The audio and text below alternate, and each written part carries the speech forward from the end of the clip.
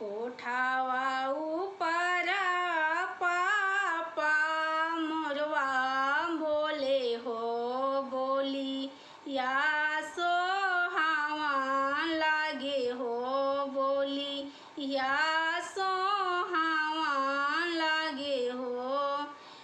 कोठावा ऊपरा पापा मोरवा बोले हो बोली या सोहावा लागे हो बोली या सोहावा लागे हो।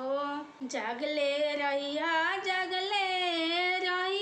कवना पापा हो आज घरवा चोरवा अहे हो आज घरवा चोरवा अहे हो आज घरवा चोरवा अहे हो। जगले रहिया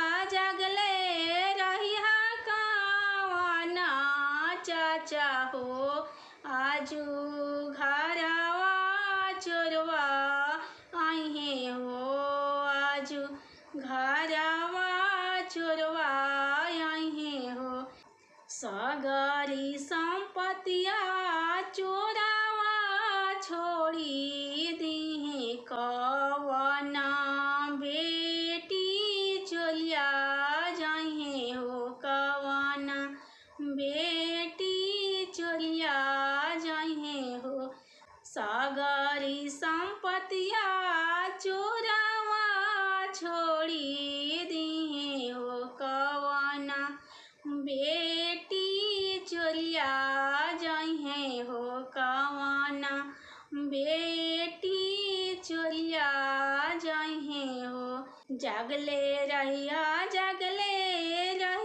कवना भैया हो आजू घरवा चोरवा अहे हो आजू घरवा चोरवा अहे हो आजू घर